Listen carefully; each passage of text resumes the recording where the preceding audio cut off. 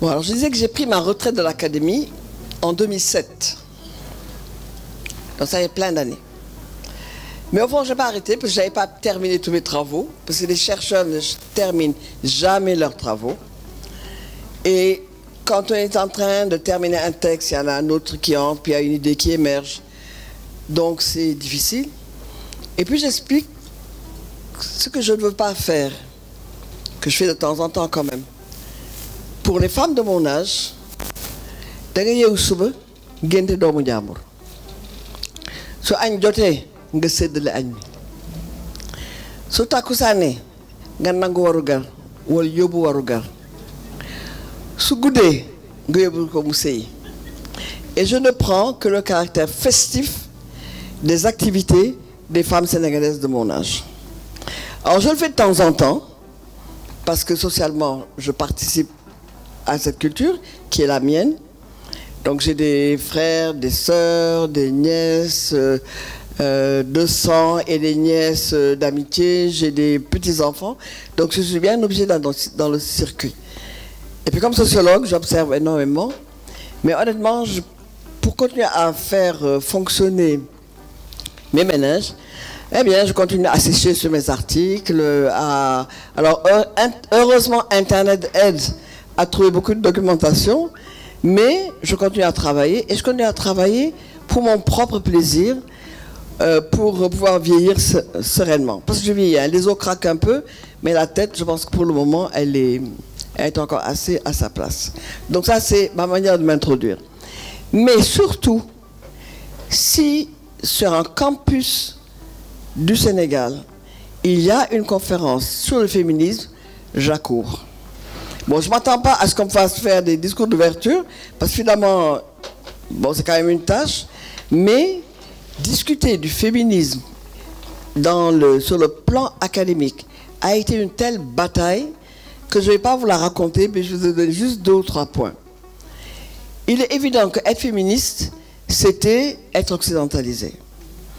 Lorsqu'en 1977 se crée l'Association des femmes africaines pour la recherche et le développement, la FARD, créée avec un groupe de femmes, dont Marie-Angélique Savané, mais créée également avec des universitaires travaillant presque essentiellement aux États-Unis, Achola Pala, enfin je pense à d'autres noms, hein, mais les noms ne me reviennent pas forcément.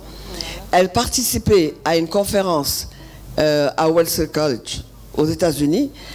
Elles sont retrouvées parlant des femmes en Afrique et des problèmes du développement.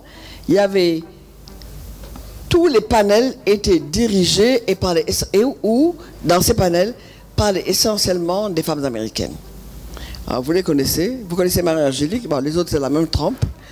Elles ont claqué la porte et elles sont parties.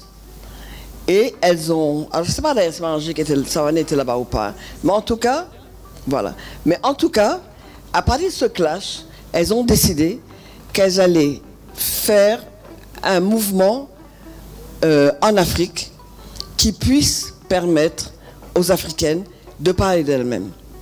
Bon, j'avoue que la conférence, un an plus tard, s'ouvrait cette fondation de la FARD, s'ouvrait, mais la première réunion a été quand même une critique du féminisme. C'est, nous ne sommes pas féministes. Nous n'acceptons pas les femmes blanches qui sont dans le féminisme, parce qu'elle voulait prendre une distance face à un discours qu'elle trouvait arrogant, qu'elle trouvait agressif, et surtout un discours qui ne tenait pas compte des réalités africaines. Il est vrai que ce même mouvement avait été remis en question aux États-Unis par les Women of Color, qui étaient aussi bien des femmes noires que des femmes latinos ou des femmes asiatiques. Donc tout ce mouvement de révolte contre un féminisme dit blanc qui s'est battu, et il était le féminisme blanc, parce qu'à l'époque on ne disait pas féminisme blanc, hein, et des concepts ont une histoire que je ne vais pas faire mais que vous devez faire dans vos propres recherches. Ces femmes qui sont battues bec et ongle pour que le féminisme soit enseigner dans les universités, comme mouvement politique, devienne un mouvement scientifique, dans les Women's Studies d'abord, puis les Gender Studies, et puis aujourd'hui c'est Global Studies. C'est-à-dire, il y a tout un développement qui se fait. Les Africaines, comme les Women of Color aux États-Unis, sont senties à la marge. Et progressivement, on s'est institué. J'avoue que le premier article que j'ai écrit sur les femmes, alors je ne vais pas vous dire la date, hein, parce que vous n'étiez pas né à l'époque, je disais, mais moi je ne suis pas une féministe occidentale, les femmes occidentales n'ont pas le même discours que le mien. Moi, comme femme, je suis respectée, comme mère, je suis respectée. Les réaux, je les domine, je les organise. Et ce qui était le discours idéologique ambiant, et moi, les fortes femmes que je voyais qui partageaient la dot, qui exigeaient telle chose, et qui semblaient être des femmes qui pouvaient prendre la parole, c'est progressivement que l'on voit, si l'on déstructure ce qu'elle disait, comment au fond il y a une oppression des femmes, et cette oppression des femmes, elle s'exprime de manière différente. Donc, mais progressivement quand même on y arrive, hein, et au fond, moi j'avoue que je suis devenue vraiment féministe, mais scientifiquement, pas idéologique, scientifiquement, quand j'ai été travailler dans un Women's Studies, où dans le staff des profs, bon, moi j'étais sociologue, mais il y avait des médecins, des ingénieurs, il y avait des historiennes, il y avait des gens de la littérature. Disons, on était un groupe tout à fait pluridisciplinaire. Alors j'étais l'Africaine du coin, mais être africaine du coin dans un Women's Studies, c'est difficile parce qu'il a fallu que d'abord j'apprenne des concepts, ils étaient en anglais, que je mesure et je combatte et que je me réapproprie le discours, les concepts. Donc j'ai fait tout un travail sur moi-même qui a été vraiment extrêmement important et qu'il faut changer ma carrière. De sociologue de développement que j'étais, travailleur sur les fonctionnaires d'abord, puis après sur l'éducation, sur l'immigration, progressivement, c'est pas que je quitte le terrain, mais j'approfondis et je creuse d'autres façons de réfléchir sur la société sénégalaise, sur la société humaine et sur la place des femmes. Avec des collègues hommes qui me regardaient en disant « Mais qu'est-ce que tu fais ?» Fatou Sow, tu es resté tout dalle, parce que ce que tu étudies et ce dont tu parles. Donc ça a été vraiment un combat, mais alors un combat qui était difficile parce qu'au fond, au départ j'étais seule, dans un groupe de gens, il ne faut pas attention, comme j'étais qu'une, ou on était une, deux ou trois, dans un groupe de 50 ou 100 chercheurs, vous ne leur faites pas concurrence, on ne vous écoute pas, mais vous êtes là. Au moins vous n'arrivez pas à vous creuser et tout à coup vous émergez et ils se demandent. Alors si je vais parler de féminisme, je vais surtout parler du féminisme en milieu académique. Parce qu'on a souvent reproché aux femmes africaines d'être des intellectuels. Alors hors sol, on ne se rend pas compte que vous êtes né dans la société sénégalaise, vous avez un père, une mère, vous avez un mari, vous avez des enfants, vous avez des tantes, et tous les niveaux d'instruction sont dans ce milieu-là. La première personne qui a eu l'ambition de créer ce qu'elle appelait un département d'anthropologie des sexes, c'était Hawa Thiam. Et ça, vraiment, il faut lui rendre, alors, je ne vais pas dire hommage, hein, parce que c'est peut-être pas le bon mot, mais il faut la féliciter d'avoir eu le courage, dans un milieu qui était le nôtre, en 87-88, de vouloir improviser, de venir faire un programme. Bien sûr, son programme a été rejeté, elle a été recrutée, mais son programme, il n'a même pas été discuté sur le campus. Il n'a pas été présenté à l'ensemble de l'université.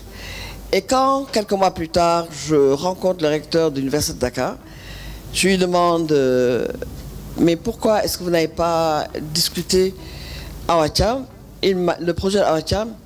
Il m'a dit, mais quand même, vous savez, comment veux-tu, je connaissais, c'est un tonton, comment veux-tu que je vienne en assemblée d'université, où il n'y avait que des hommes, évidemment, dire qu'on va donner un enseignement d'anthropologie des sexes sur ce campus?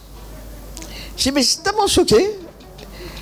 Mais je n'étais pas choqué qu'il refuse, parce que je savais qu'il refuserait. Mais la manière dont il a posé la question, mais je lui ai dit, mais c'est pas un département d'anthropologie de la copulation. Il m'a regardé, ah, les féministes. Et notre conversation s'est terminée là. Et ça, c'est en 1987, 88.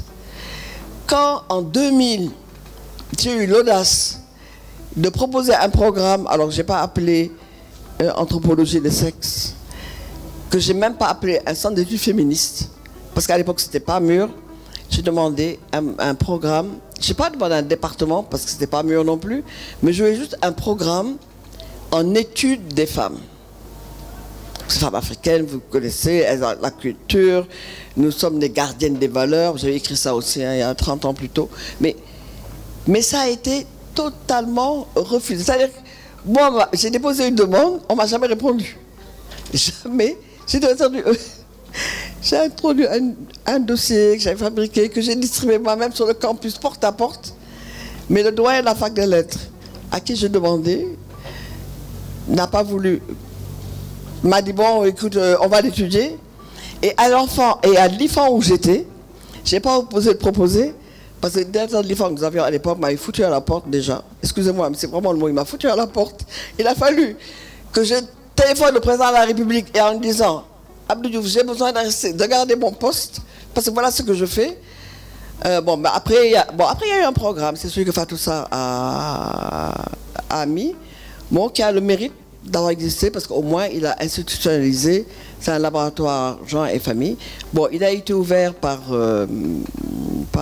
Djiby Samb, mais au moins il existe. Et après, alors à la faculté des lettres, où vous avez déposé le projet, parce que je voulais qu'il y ait un enseignement qui puisse permettre aux étudiants au moins d'avoir, que ce qui soit historien ou littéraire ou helléniste, puisse avoir un cours en études alors des femmes, mais il est évident que je parlais de critique féministe, je parlais de féminisme, je parlais de genre, je parlais de rapports sociaux des sexes, etc. Et ça, c'était important, mais ça n'a pas été fait. Il y a eu un laboratoire qui s'est créé où bon, j'avoue quand même hein, que cette première réunion, la discussion c'était est-ce que le féminisme permet d'étudier les femmes? Je n'ose pas dire quelle était la réponse, mais voilà. Donc moi, mes efforts ont été vains. J'ai échoué totalement. Institutionnaliser le féminisme et le genre, j'ai totalement échoué. Et ça, je le confesse. Mais ça a peut-être été ma force, parce qu'après, je n'ai plus eu qu'à m'asseoir et prouver que ça pouvait exister. J'avais organisé en 1999 un colloque sur la recherche féministe francophone, qui est un colloque qui venait à la suite d'une initiative québécoise d'instituer des recherches francophones. Parce que les Québécoises, elles sont noyées dans ce monde anglophone des États-Unis et du Canada. Et quand j'avais été invitée, j'étais vraiment heureuse parce que pour la première fois, je comprenais tout ce qu'ils disaient. Presque 200. Et il y avait beaucoup de Québécoises, bien sûr, mais il y avait des Françaises, des Belges, des Suisses. Alors, bon, comme c'est moi qui invitais les Africains et j'avais pas beaucoup d'argent, j'aurais voulu pouvoir inviter des femmes de Haïti, de Martinique et de Guadeloupe, mais j'invitais quand même des Mauritaniennes, des Maliennes, des Congolaises. Donc on était à nous. Et sur le campus, quand on a fait la cérémonie d'ouverture, mes collègues hommes sont tous venus. Tous ceux que j'ai invités sont venus. Alors, est-ce qu'ils sont venus parce qu'ils étaient convaincus du féminisme, ou bien est-ce qu'ils sont venus en disant, si on ne vient pas, elle va nous retrouver dans notre bureau. Mais enfin, ils sont venus et on a un amphi plein, mais ça a au moins installé. Le terme de féminisme pouvait exister. Alors, je me demande si ce colloque n'est pas le deuxième qui met renouveau du féminisme. Mais ce n'est pas un renouveau, hein. Vous installez le féminisme progressivement, parce qu'après, tout le reste a été des petites choses qui sont faites. Ce sont des laboratoires.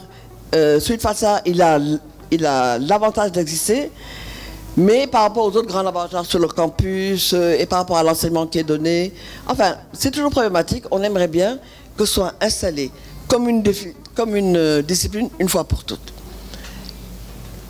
Alors, j'en ai fini avec l'histoire du féminisme au Sénégal. Je ne parlerai pas des mouvements féministes. Je pense qu'il y a plein d'autres gens dans la salle. Je vois Koumba Touré est là. Mais les personnes plus vieilles qu'elles pourront parler de Yahoo Yahui, qui a eu son importance dans le pays. Parlerons du groupe de femmes et sociétés qu'Awacham a créé. Et la première conférence, vraiment je fais cette parenthèse là, féministe, aussi, qui s'est tenu en 1983, fin 82, début 83, Awatiam avait organisé. Et elle avait un programme que tout le monde avait lu. Donc moi j'étais invitée, je viens, mais je viens assez tard souvent parce que j'attendais un enfant, j'étais en fin de grossesse, donc j'arrivais tard, je partais tôt. Mais le deuxième jour, quand j'arrive, à 10 h, la conférence n'avait pas encore commencé. Il y avait un débat.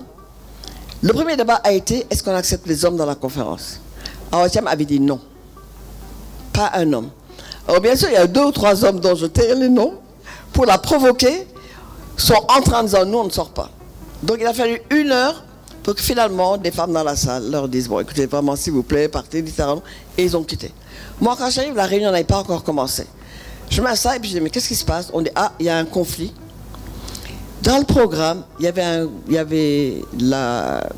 un atelier, il y avait une session sur l'homosexualité.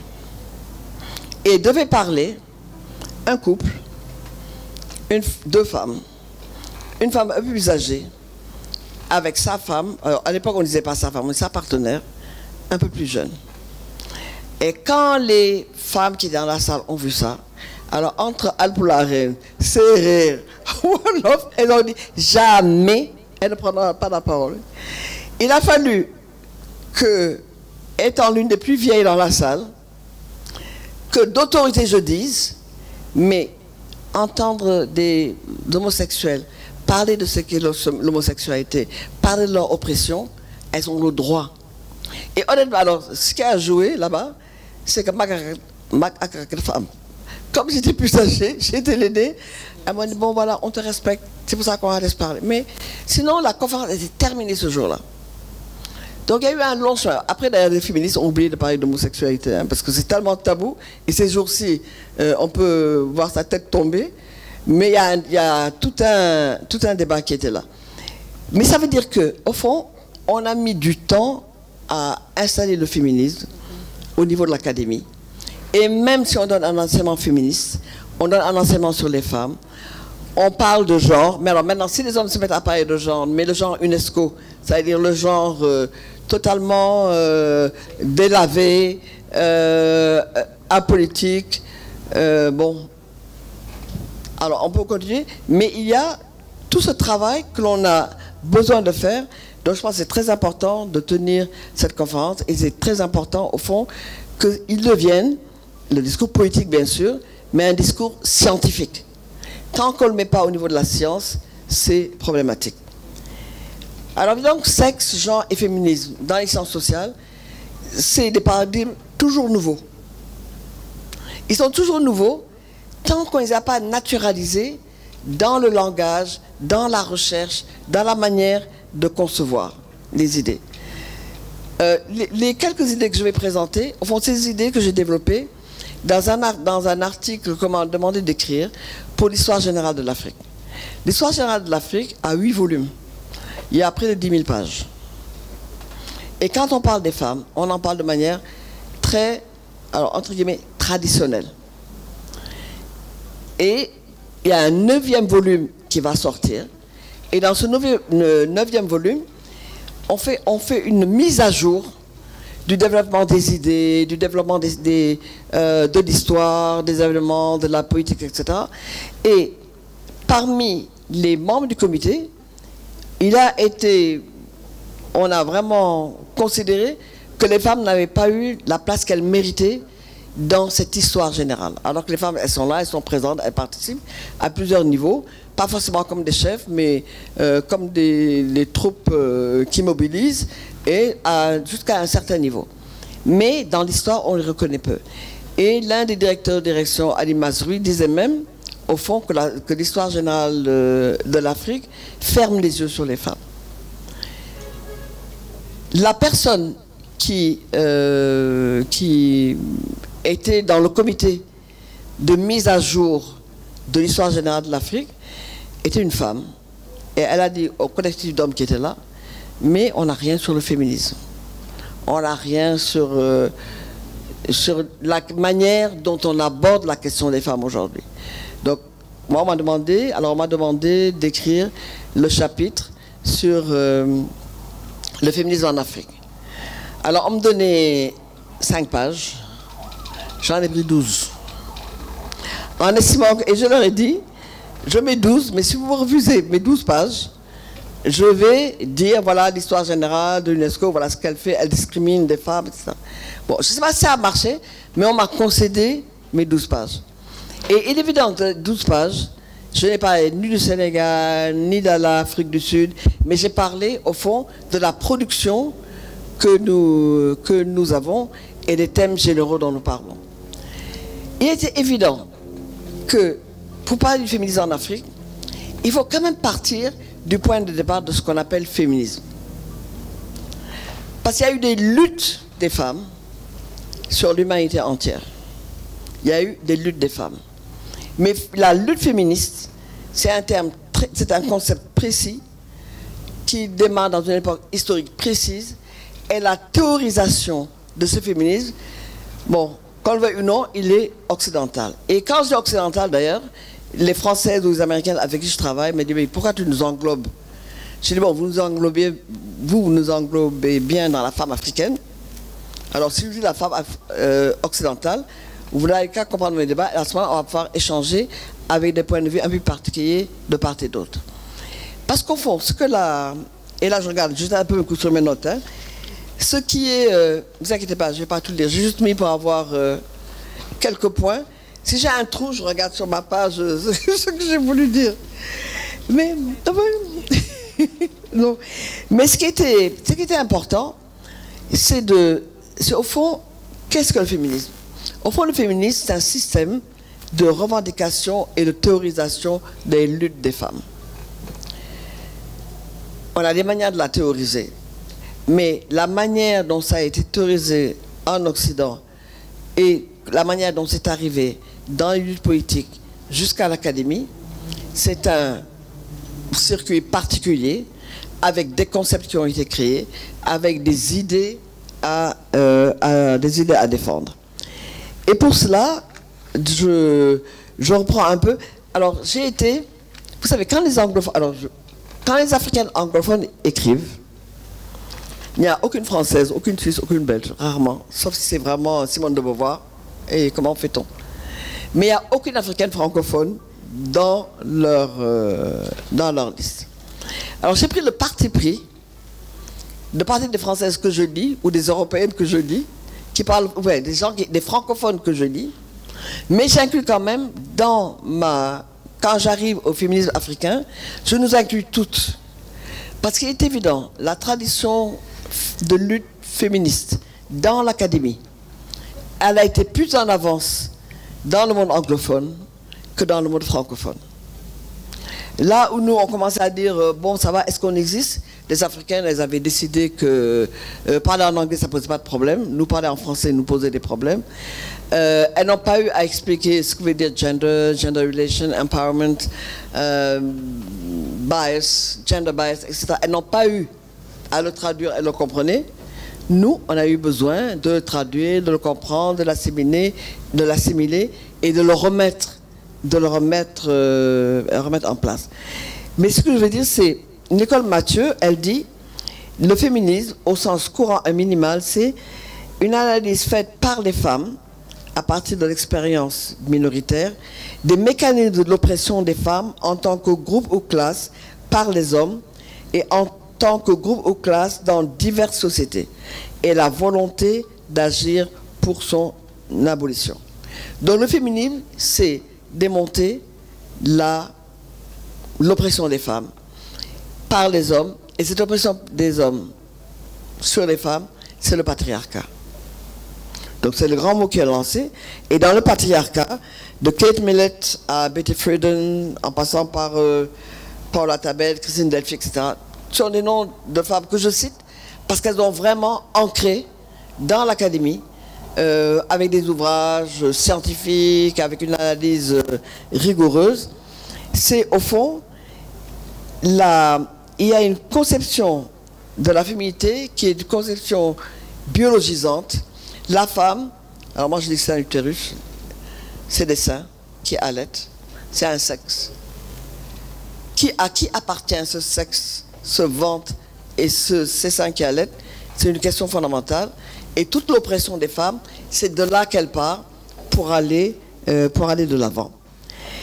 Et donc il y a des rapports inégalitaires de pouvoir, et Colette Guillaumin parle même de sexage, qui est la manière dont les sexes la représentation du sexe est construite, et comment on manipule le sexe des femmes à des fins de domestication et à des fins de soumission aux hommes, où les femmes deviennent des machines à reproduire. Alors, des machines à reproduire biologiquement, en faisant des enfants, mais des machines à reproduire socialement, parce que tous les travaux domestiques sont des travaux qui reviennent aux femmes, parce que c'est elles qui mettent les enfants au monde. Alors, bien sûr, le patriarcat a fait l'objet de plusieurs débats, mais André Michel, qui vient de mourir à l'âge de 101 ans, qui a été extrêmement importante dans la construction de la société de la famille en France, dont j'ai relevé énormément d'idées, parce qu'elle disait, c'est que le travail des femmes, comme on dit, c'est un travail qu'il aurait fallu évaluer économiquement. Et ce travail ne donne pas aux femmes la place politique dans la direction, ni dans la famille, ni dans la société, ni au niveau de l'État.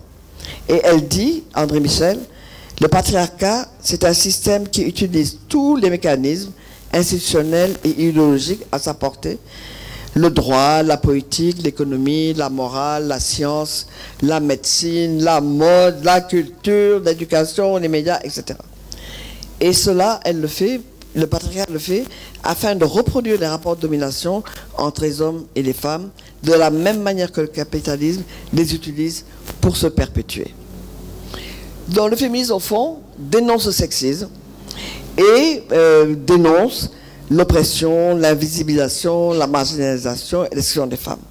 C'est vrai que le terme est d'origine médicale, mais il a été repris par les sciences sociales, et il a été repris par Joan Scott, qui, parlant de genre, parce que le genre c'est un mot au départ médical, c'est un concept au départ médical, elle dit, Joan Scott, que la définition genre repose sur la relation fondamentale entre deux propositions, et le genre est un élément constitutif des rapports sociaux fondés sur les différences perçues entre les sexes. Le genre est une façon première de signifier les rapports de pouvoir. Donc voilà en gros. Alors, et quand j'écrivais mon texte, je l'ai mis en disant tous mes collègues africains qui travaillent dans l'histoire générale, ils ne connaissent pas cette histoire-là.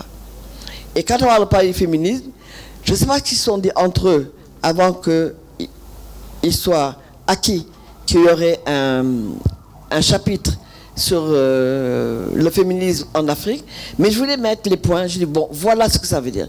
Alors maintenant, qu'est-ce que les Africaines en ont fait? C'est important de le dire, parce que les Africaines, quand elles commencent au fond, et je dis, et je répète toujours, qu'au fond le féminisme, quand il s'installe en Afrique, il ne nie pas toutes les luttes féminines qu'il a vues, des Candace, vous avez des Candace de la préhistoire, à toutes les femmes qui sont battues pendant les guerres d'indépendance, les mamans de l'indépendance de Yahou Bessan, elles font toutes partie de ce mouvement de lutte des femmes. Mais est-ce que ce mouvement était féministe? Ça, c'est une autre question. Et on ne va pas reprocher à les femmes qui étaient dans un mouvement différent de ne pas avoir été féministes. Non, mais quand on pose le principe, au fond, on pose une nouvelle manière d'analyser. Or, cette nouvelle manière d'analyser n'est pas forcément acquise, mais ce qu'il faut dire, et ça c'est important, c'est que le féminisme, il appartient à une histoire mondiale de mobilisation des femmes. Moi, je ne veux pas être mon histoire, je ne veux pas qu'elle soit marginale, je ne veux pas qu'elle soit l'histoire de la tribu, je ne veux pas qu'elle soit l'histoire de cette Afrique-là colonisée, coloniale, post-coloniale, décoloniale aujourd'hui, qu'on soit réduite à ça. Il y a eu un mouvement où les femmes ont voulu participer à cette histoire et où elles ont introduit des perspectives africaines. Et ces perspectives, il faut le dire, parce que les hommes passent leur temps à nous dire « Oh, vous êtes des toubabs, vous copiez. » Le féminisme en Afrique n'est ni une simple copie, ni un ersatz d'un féminisme occidental, comme on a tendance à dire. Le féminisme en Afrique, c'est une création qui prolonge, qui renouvelle des pensées qui sont liées à des contextes et des histoires. Si on sort de notre histoire pour aller s'installer dans l'histoire de l'autre, sans revenir à qui nous sommes, à ce que nous sommes et à ce qui nous opprime, alors effectivement, nous sommes des féministes, dites d'ailleurs. Mais j'ai une étudiante, j'étais membre, elle n'était pas mon étudiante, mais j'étais membre de son jury de thèse. Elle avait utilisé dans son travail, elle disait, on est dans un système de glocalisation, parce que le global et le local sont interconnectés. Bon, je ne connaissais pas le concept, hein, je lisais sa thèse, je dis qu'est-ce que ça veut dire ça? Et puis je suis retournée à l'auteur qu'elle avait indiqué. Donc nous sommes interconnectés. Et d'être interconnectés fait que nous avons un discours, mais nous avons un discours connecté à d'autres discours de femmes dans le monde. La carrière que j'ai menée finalement m'a menée, et la période dans laquelle à laquelle j'ai travaillé, dans cette période-là, on a été beaucoup de femmes du Sud. Donc j'ai travaillé avec des femmes en Asie, au Moyen-Orient, en Amérique latine, dans les Caraïbes, aux États-Unis. Au fond, on se rend compte, on a un point commun, qui est l'oppression des femmes. Et nous avons une manière différente, les unes des autres, en fonction des contextes, de ce qu'est notre oppression et sur quoi la baser. Et ça, c'est important de le dire. Et surtout, ce qu'il faut dire et revendiquer, nous sommes des intellectuels.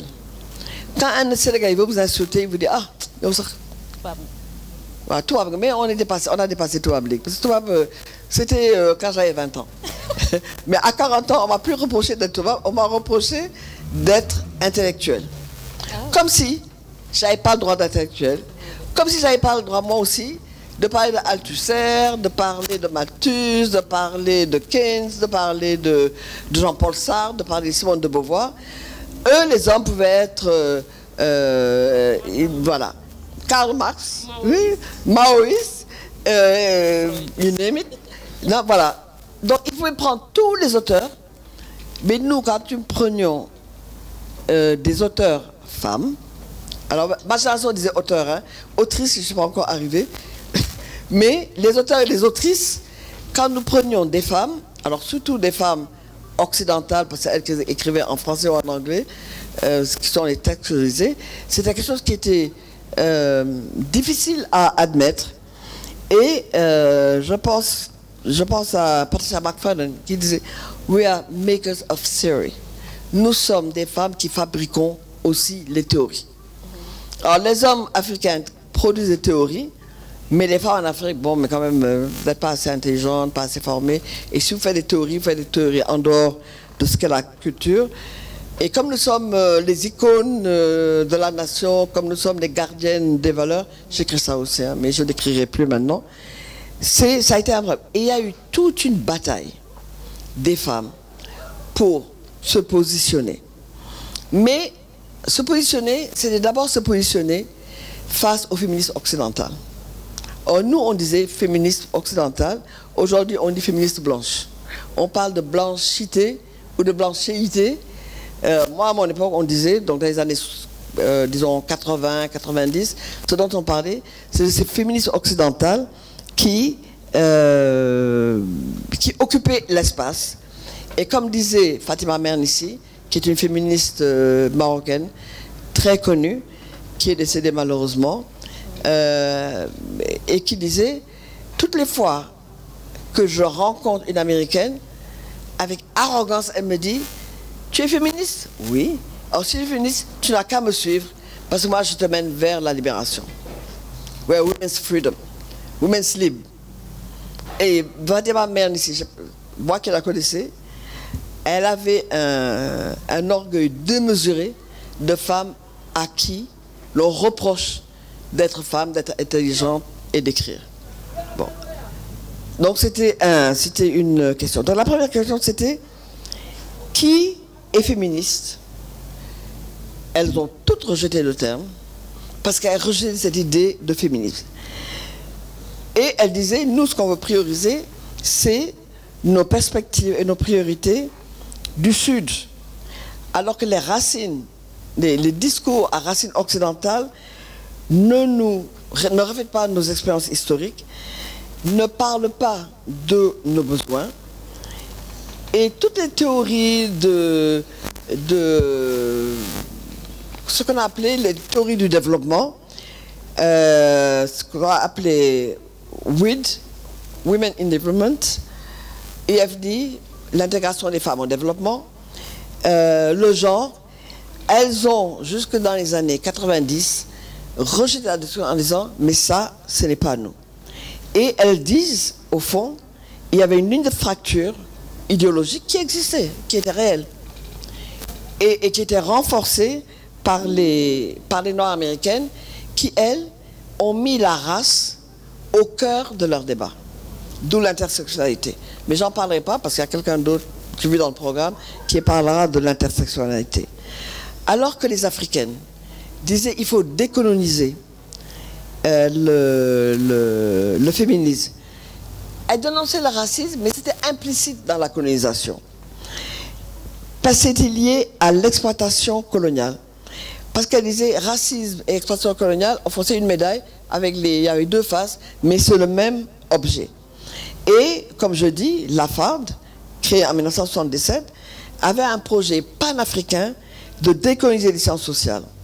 Et le groupe auquel j'ai appartenu, qui s'appelle DAWN, alors je parle mal anglais, mais Development Alternatives for Women in the New Era.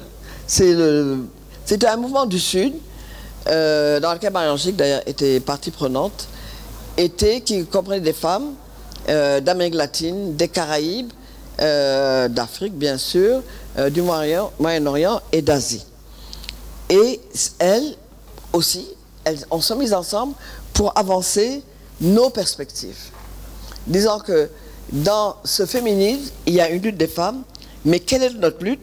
Parce que les femmes blanches, elles étaient nos alliés, les femmes opprimées, mais elles étaient des épouses des opprimeurs. Des gens qui nous oppressent, des oppresseurs. Et ces hommes qui nous oppriment, ce sont leurs épouses qui finalement, comme on dit dans le black feminism, il y a le white man, white women, black man and black women. Donc nous on est au bas de l'échelle. Et ça pose une question.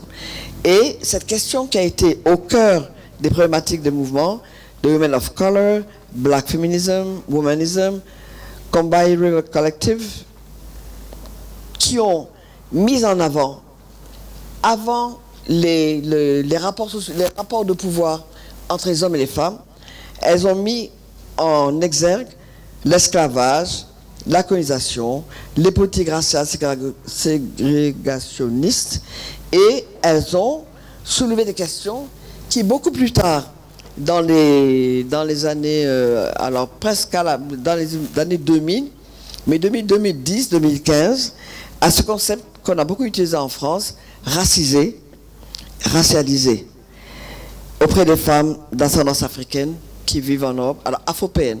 Bon, j'avoue que moi j'ai eu un moment où j'ai calé en disant, moi j'arrive de Dakar, je ne veux pas venir en France et venir sur une estrade où on me demande de parler scientifiquement et dire, moi femme racisée.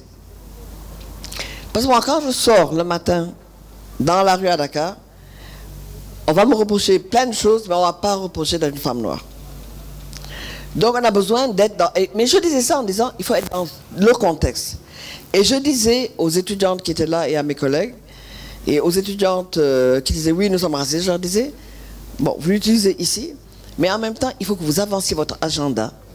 Vous êtes racisés, mais vous venez d'un continent où dans l'Afrique du Nord, c'est racialisé, en Afrique australe, c'est racialisé, mais en Afrique occidentale, on a des questions qui ne sont pas forcément la race, qui peuvent être liées, mais en fait, il faut être nuancé, parce que moi, je ne veux pas me présenter. Et je disais, alors on m'avait demandé de faire la conférence inaugurale.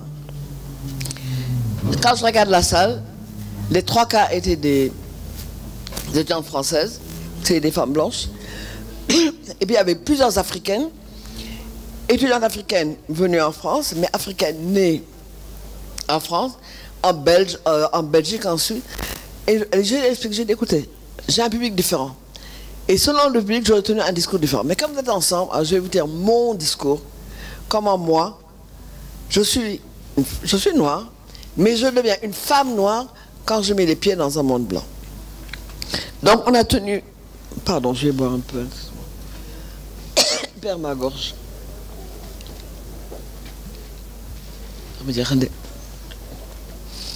Donc on a eu cette question-là, ce qui nous mène à ce féminisme que les Africaines développent dans le monde occidental, c'est le féminisme décolonial, parce qu'elles estiment que la charge raciale dont nous ne nous occupons pas ici, mais dont s'occupent les femmes qui vivent en Afrique du Sud et les femmes qui vivent dans le nord, au nord du Sahara, elles trouvaient qu'on n'utilisait pas assez. Et quelqu'un comme Maboula Soumaoro, qui est une, je crois qu'elle est ivoirienne ou malienne, enfin vivant en France, oui. Elle a écrit tout un ouvrage sur la question de la race, bon, qui est extrêmement intéressant parce que ça reflète la réalité des femmes noires dans le monde occidental blanc. Et aujourd'hui, on a ce discours sur l'approche décoloniale, mais qui émerge dans le discours féministe en France. Où tout d'un coup, les Français se rendent compte qu'il y a eu la colonisation et que ça fait des dégâts et elles l'utilisent comme... mais tout ça relève de ce qu'on appelle le féminisme. Parce que vous entendez souvent parler du féminisme décolonial qui fait partie de ce féminisme. La deuxième controverse, et celle-là, elle est importante. Cette controverse, c'est autour du matriarcat et du patriarcat. Alors ça, c'est un énorme débat. Parce que si on tient le débat et qu'on est contre le matriarcat, parce que moi j'explique que le matriarcat, c'est, on devrait parler de matrifocalité, de matrilignage, de tout ce qu'on veut, mais le matriarcat, mais c'est faire face, même plus à Sharon de Diop, qui était mon collègue à l'université. J'étais sa jeune collègue et je pouvais venir dans son bureau, m'asseoir et bavarder. On fait face à des fidèles de Sharon de Diop autour du matriarcat. Il y a tout un discours sur le pouvoir des femmes par le matriarcat. Bon, on n'a pas le temps de le décrire. Je pense qu'il y a des ateliers. Mais quand même, ça a été un problème parce que elle disait, si vous partez du patriarcat, alors vous faites du patriarcat une source universelle de domination des femmes. Or, ce n'est pas le cas en Afrique, ni en Afrique subsaharienne. Parce que la société africaine, elle est à base matriarcale. Alors, c'est vrai que... Alors, moi, je raisonne en disant, Négounay et Négoubay. Négounay de femmes, Négoubay de femmes. Et ces deux institutions parallèles, mais j'avoue que quand elles se croisent, bien, le matriarcat, je ne dis pas qu'il disparaît, hein, mais le patriarcat vraiment domine. Mais ça a posé énormément de problèmes parce que des personnes éminentes hein, comme Ifi Amadioumé, Oyeoumi Oyeronke ont écrit sur le matriarcat en disant, au fond, il n'y a pas de distinction biologique dans la culture africaine, il n'y a que des distinctions sociales. Alors que je dis, bon, mais les distinctions sociales, elles sont basées sur le biologique. Honnêtement, Djigen de femme, Go de femme. Et on ne les confond pas. Et quand on les confond, c'est plus difficile. Et on a le livre de Salif Kandi et les Fatkine Kamara, qui est d'une intelligence éblouissante. Mais on a toujours ces débats entre matriarcat. Parce que mais Fatso, tu ne regardes pas assez la tradition, tu ne reviens pas dans notre culture. Et Ahmed Diouf, qui a écrit La guerre matriarcale, bien sûr, lui donne des arguments, mais je ne me plie pas parce que j'utilise une argumentation féministe. Et j'explique comment on a eu, quand on parle de Yacine Boubou, ou quand on parle des reines du Wallo, je dis, mais quand même le pouvoir suprême, hein, c'est le bourg, c'est le braque, c'est le damel, et tous ces gens-là, c'est des hommes. Donc, fait parler des ben, go mon photo. Mais il y a tout ce discours où les Africaines, quand elles ont voulu reprendre le mythe, elles l'ont remis en critique. Et là, on retrouve gender, qui est une revue féministe africaine, mais qui refuse le féminisme occidental. Mais on a toute une idéologie de la maternité avec motherism, féminisme, que l'on trouve dans tous les contextes. Mais ce qui nous met quand même, ce qui nous met ensemble, c'est quand même cette oppression. Alors on dit qu'elle est liée seulement à la colonisation. Qu'avant la colonisation, les femmes étaient bien, elles avaient du pouvoir. C'est avec la colonisation, au fond, qu'elles perdent. Et nous n'avons pas remis en question le fait que l'islamisation ou la christianisation a contribué très largement à la domination des femmes. On ne le dit pas assez. Et aujourd'hui, on en paie de prix. Mais on est tombé d'accord sur le fait qu'il y avait une division internationale du travail qui posait des problèmes. On est tombé d'accord sur la dégradation des termes de l'échange, sur le nouvel ordre économique inégal, sur la globalisation néolibérale. On est tombé également d'accord sur la recrudescence de la militarisation des régimes. Il y a toute une littérature féministe sur le rôle des militaires. Alors on pensait qu'ils avaient disparu, mais ils reviennent aujourd'hui. Je termine presque. Hein. La conférence de la décennie mondiale des femmes, au fond, a amené les Africaines, finalement, à s'emparer du féminisme, mais à s'en emparant en le transformant. Et ça a été extrêmement important. C'est-à-dire que nous avons commencé à ce que Patricia McFadden, qui est une de mes sociologues anglophones préférées, elle vient du Swaziland, mais elle est extrêmement brillante, elle est vraiment géniale. Elle parle de embodying feminism, c'est-à-dire donner du corps, et donner un corps à une théorie à partir de notre contexte. Et ça, c'était important. Et c'était important face à un féminisme d'État, parce que quand on dit aux États africains, si vous voulez des financements, mettez les femmes dans vos projets, tout d'un coup, on a eu un genre étatisé, avec un féminisme d'État, avec des cellules en genre, et avec, hélas, je suis désolée, si elle est dans la salle, avec des expertes en genre, certaines ou certains, parce qu'il y a des hommes qui sont également experts en genre, c'est problématique. C'est-à-dire que, moi, de temps en temps, je dis, bon, je suis assez bien pour leur dire, venez, je vais vous tester, je vais vous faire un quiz sur ce qu'est être expert en genre, et après on verra qu'est-ce qu'on redresse et qu'est-ce qu'on... Mais je suis assez bien pour me permettre, elles ne vont pas se fâcher, ou bien elles ne vont pas oser se fâcher de toute manière. Donc les Africaines, elles ont participé à ce mouvement, et elles ont créé énormément de mouvements qui vont, par exemple, je parle d'AFAO par exemple, qui est l'Association des femmes d'Afrique de l'Ouest. Il y a le Comité interafricain de lutte contre les pratiques traditionnelles néfastes aux femmes. On a FAWE, WILDAF, on a Gender in Africa Information Network. Donc on a eu énormément de mouvements qui sont créés autour des années 2000, qui ont été financés beaucoup.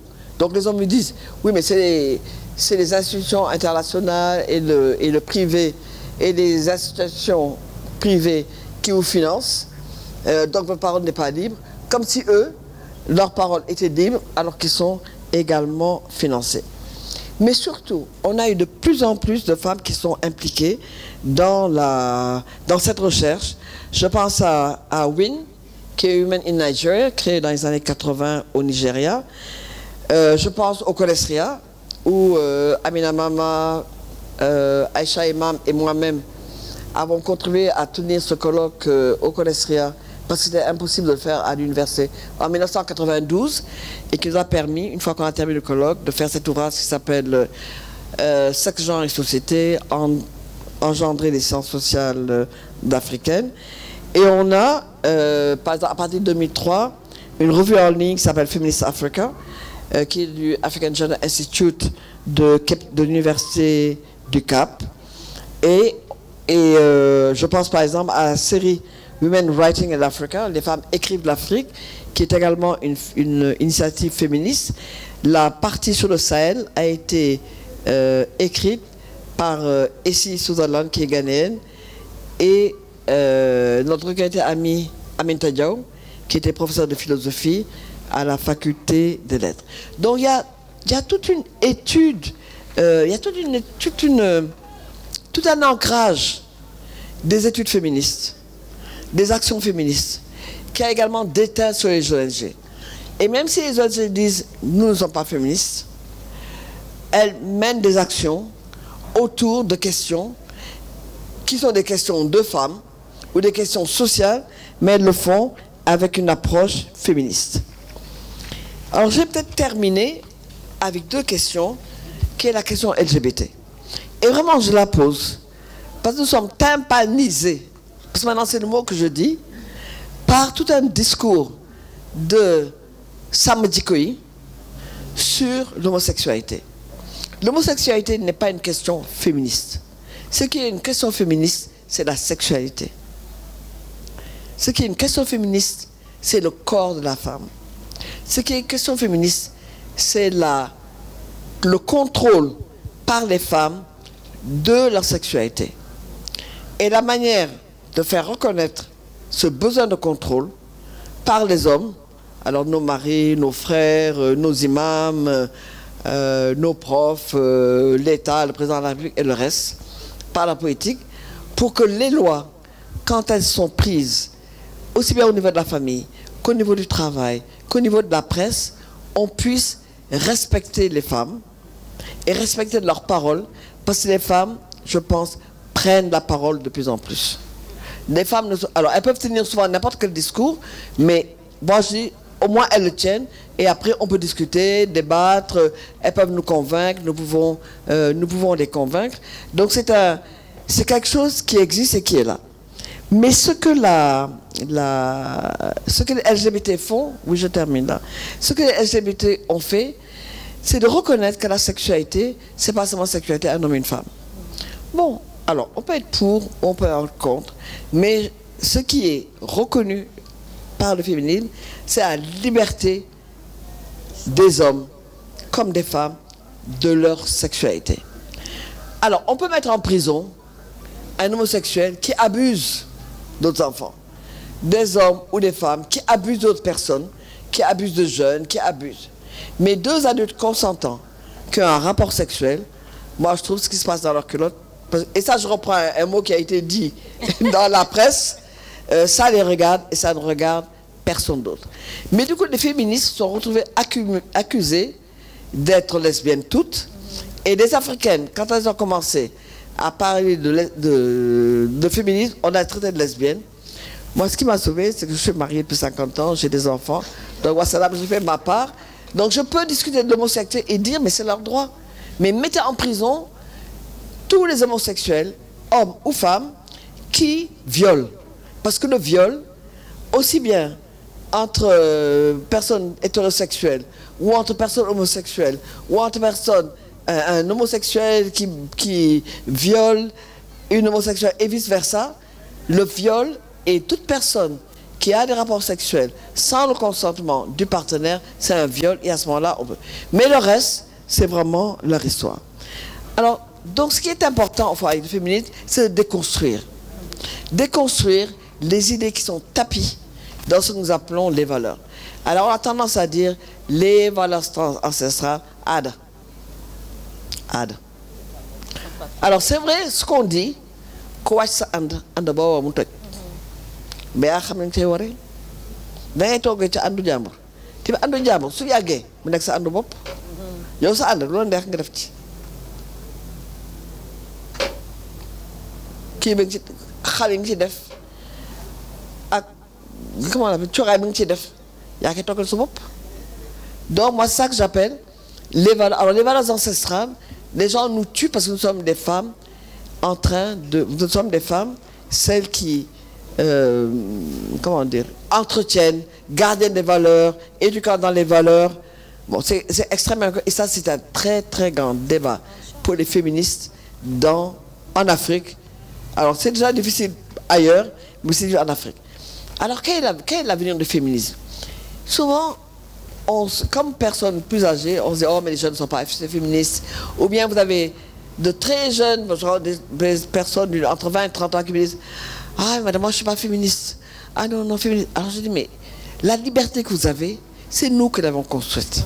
Celle que j'ai d'aller à l'école, Ma mère l'a construit parce qu'elle était sage-femme. Et elle a voulu mettre tous ses enfants à l'école. Moi, mon féminisme a été de mettre mes enfants en sciences. Et je pense que mes enfants montent. Donc, les progrès que nous faisons, c'est les progrès qui se transmettent de génération en génération. Donc, il faut se battre pour que la génération d'après, celle qui suit, ne rejette pas en mettant ça, oh, c'est dans le passé, ou bien fasse revenir des valeurs pour lesquelles on s'était tellement battu. Et je prends juste un dernier exemple, la polygamie. Ma génération se battait à mort contre la polygamie. Aujourd'hui, quand je vois des jeunes filles de 30 ans qui travaillent, qui sont et qui sont la troisième femme de leurs copains, là quand même j'ai un problème. Et le dernier point, c'est le féminisme dans les réseaux sociaux. Les réseaux sociaux sont extrêmement importants. Bon, moi je refusais d'être dans Facebook parce que j'ai des enfants qui sont dans Facebook. Et j'ai un fils qui est dans Facebook.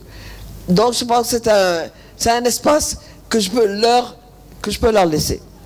Mais quand des fois où on récupère dans des autres, sur WhatsApp ou sur d'autres réseaux, le discours qui est tenu à l'encontre des femmes est un discours terrible. C'est un discours que partie de ma génération, ou c'est un peu celle d'avant, ou celle qui vient un peu après, avait réussi à faire que les hommes, il y a des choses qu'ils n'osaient plus dire, parce qu'ils savaient qu'on allait leur tomber dessus. Or, on revient à ce discours, alors que la digitalisation du discours est tellement importante, et on peut faire tellement de choses en formation, en discussion, en promotion des règles et des normes, qu'on se demande si ça a la peine vraiment de venir sur ces... Mais en tout cas, le féminisme est là, il est vivant, ne laissez pas mourir. Merci.